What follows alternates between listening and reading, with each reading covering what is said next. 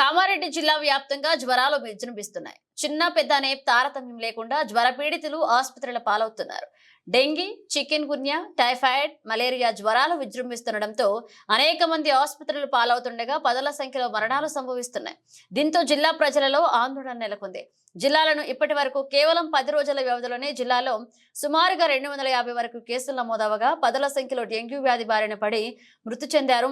దీంతో ప్రజల్లో ఆందోళన నెలకొంది. జిల్లాలోని అన్ని ప్రభుత్వ, ప్రైవేటు, ప్రాథమిక ఆరోగ్య కేంద్రాలలో రోగులతో సంఖ్య తాకిడి పెరుగుతుంది.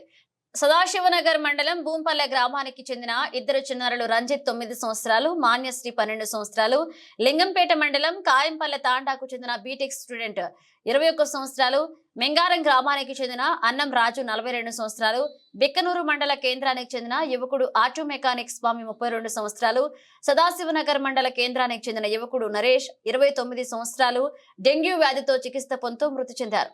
వీరితో పాటు మరికొంతమంది డెంగ్యూతో మృత్యువాత పడ్డారు. దీంతో జిల్లా వైద్య శాఖ అధికారులు అప్రమత్తమయ్యారు. ఇప్పటికే డిఎంహెచ్ఓ చంద్రశేఖర్ తన బృందంతో భూంపల్లె, బిక్కనూరు, లింగంపేట, సదాశివనగర్లలో పర్యటించి మృతి చెందిన వ్యక్తుల ట్రీట్మెంట్ తీసుకున్న హాస్పిటళ్లపై దాడి చేశారు. ఇప్పటికే 3 నిబంధనలకు విరుద్ధంగా నిర్వహిస్తున్న ఆర్ఎంపీ, పిఎంపీ హాస్పిటళ్లను సీజ్ చేశారు. అధిక డోస్ మందులు ఇవ్వడం వల్లే మృతి చెందినట్లుగా డిఎంహెచ్ఓ ప్రకటనలో తెలిపారు. డెంగ్యూ వ్యాధి పట్ల జిల్లా ప్రజలు భయాందోళనకు గురి కాకుండా చికిత్స నిమిత్తం అర్హత గల డాక్టర్ల వద్ద ట్రీట్మెంట్ తీసుకోవాలని సూచించారు. పరిసరాలను ఎప్పటికప్పుడు పరిశుభ్రంగా ఉంచుకోవాలంటూ సూచించారు.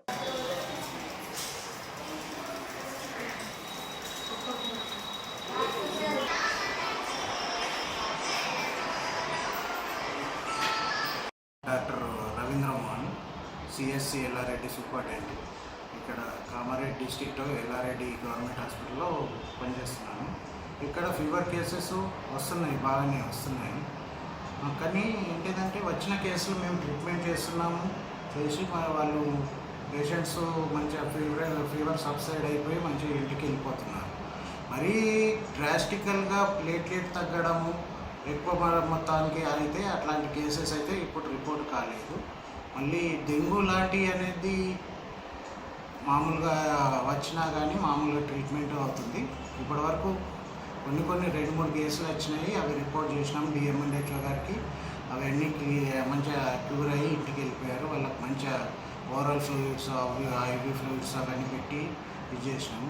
మరి ప్లేట్లెట్ తగ్గడం కూడా మరి బిలో 60,000, 50,000 అట్లా లేదు. మామూలుగా 90, 1 lakh బిలో కొంచెం 10,000, 5-10,000 ఉన్నది. దానికి తగ్గట్టు మేము వాళ్ళకు ఓరల్ ఇన్స్ట్రక్షన్స్ తోటి పండ్లు, పప్పాయ, కివీ ఫ్రూట్స్, మళ్ళీ అట్లనే paracetamol, antibiotic tablets, oral antibiotic ఇచ్చి రికవరీ చేస్తున్నాము. వాళ్ళ పేషెంట్స్ కూడా బాగానే ఉన్నారు మంచిగా. మా దగ్గరనైతే ఏమీ అన్ఇన్వెంట్ఫుల్ కేసు అయితే ఏమీ కాలేదు, అందరు బాగానే ఉన్నారు.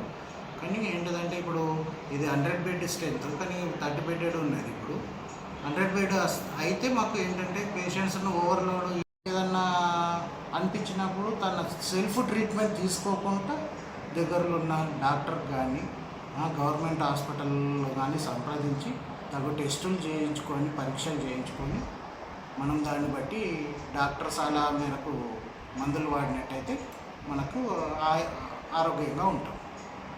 సెల్ఫ్ మెడికేషన్ అనేది తీసుకోవద్దండి. సొంత వైద్యము ఎప్పటికైనా మోసం చేస్తుంది. డాక్టర్కు చూయించుకొని మనము డాక్టర్ సలహా మేరకు ఏమేమి చెప్తారో ఆ విధంగా మనము పాటించవలసి ఉంటుంది.